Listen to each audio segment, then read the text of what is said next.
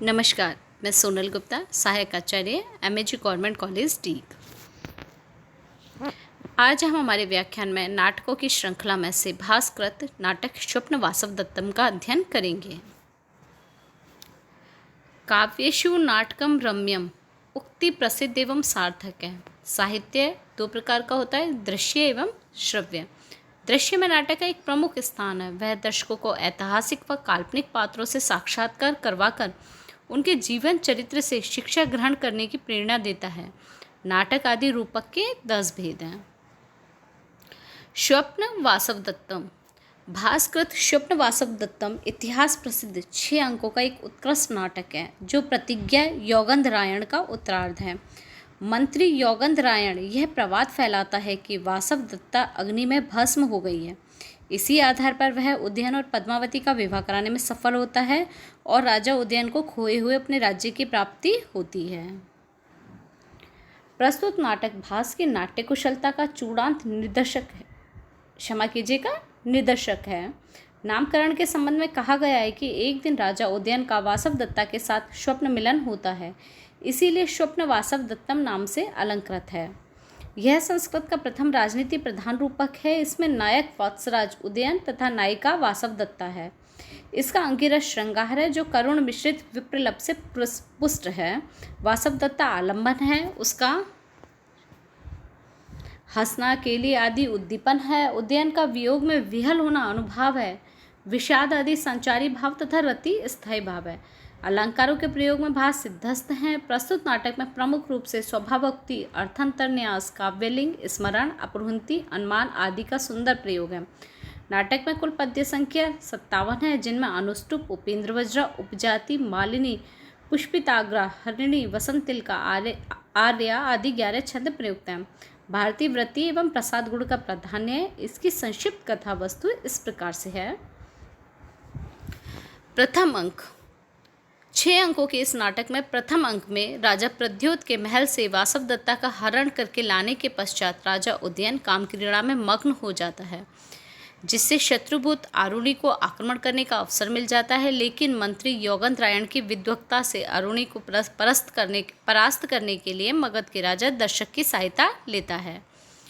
मगध के राजा दर्शक के यहाँ वासवदत्ता को धरोहर के रूप में छोड़ आता है। पद्मावती का वासवदत्ता के साथ राजगृह प्रस्थान का वर्णन भी प्रथम अंक में ही है। द्वितीय अंक में पद्मावती व वासवदत्ता का सख्य भाव, पद्मावती की उदयन विषयक आसक्ति तथा मगध में उदयन का आगमन। रूप लावण्य के आधार पर उदयन का दर्शक की पुत्री पद्मावती के साथ विवाह हो जाता है।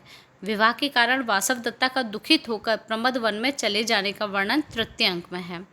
चतुर्थ अंक में शरद ऋतु में पद्मावती एवं वासवदत्ता के उद्यान भ्रमण के समय ही उदयन का आगमन, वासवदत्ता का छिपना, विदूषक द्वारा प्रश्न करने पर राजा का दोनों के प्रति प्रेम व्यक्त करना, वासवदत्ता की स्मृति में अश्रुपात करना वर्णित है। पंचम अंक में एक दिन देववशात वासवदत्ता सोए हुए राजा उदयन को पद्मावती समझकर राजा के बगल में लेट जाती है, परंतु राजा को पहचान कर तुरंत ही उठकर बैठती है। राजा भी उसी समय स्वप्न में वासवदत्ता को देखता है और उसकी स्मृति ताजी हो जाती है। वासवदत्ता के भाग जाने पर उदयन का पीछा करना, वासवदत्ता का अदृश्य हो जाना वर्णित है। षष्ठ अंक में रानी पद्मावती को वासवदत्ता का चित्र देखकर ध्यान आता है कि ऐसे ही रंगरूप वाली एक स्त्री तो यहाँ रहती है। राजा उस स्त्री वासवदत्ता को लाने का आदेश देता है। वासवदत्ता पहचान ली जाती है। इसी समय यौगंधरायण का आगमन तथा उदयन का सेनापति रोमण्यवान आरुणि को युद्ध में परास्त करता है। इस प्रकार इस नाटक का सुखांत होता है। नाटक के प्रमुख पात्र हैं उदयन, यौगंधरायण, वसंतक, विदूषक, वासवदत्ता, पद्मावती आदि। स्वप्न वासवदत्तम इस नाटक को अब हम संक्षेप में एक दृष्टि में देखते हैं। इसके प्रणेता महाकवि भास हैं। समय 327 ईस्वी पूर्व है। कृतित्व 13 प्रसिद्ध नाटक है। नायक उदयन है, नायिका वासवदत्ता है। उपजीव्य लोक कथाओं पर आधारित। कुल अंक एवं श्लोक संख्या स्वप्न वासवदत्तम में 6 अंक है तथा 57 श्लोक संख्या है। अलंकार स्वभावोक्ति, अर्थांतरन्यास, काव्यलिंग, स्मरण, अनुमान आदि प्रमुख अलंकार है। रस, इसका प्रमुख रस श्रृंगार है। छंद कुल 11 प्रकार के छंदों का प्रयोग किया गया है, जिसमें प्रमुखतः अनुष्टुप, उपेंद्रवज्र, उपजाति और मालिनी प्रमुख हैं। व्रति गुण भारतीय वृत्ति एवं प्रसाद गुण है। प्रमुख सूक्तियाँ इस प्रकार से है। अंतिक्रमणीयो ही विधि कालक्रमेण जगतः परिवर्तमानः चक्रार पंक्तिरिव गच्छति भाग्य पंक्तिः दुखम न्यासस्य रक्षणं गुणानां व विशालानां दुखम त्यक्तु बद्धमूलो अनुरागः काले काले छिद्यते रुह्यते च अहो अकरुणा खलु ईश्वरः परस्परागता लोके दृश्यते तुल्य रूपता। धन्यवाद।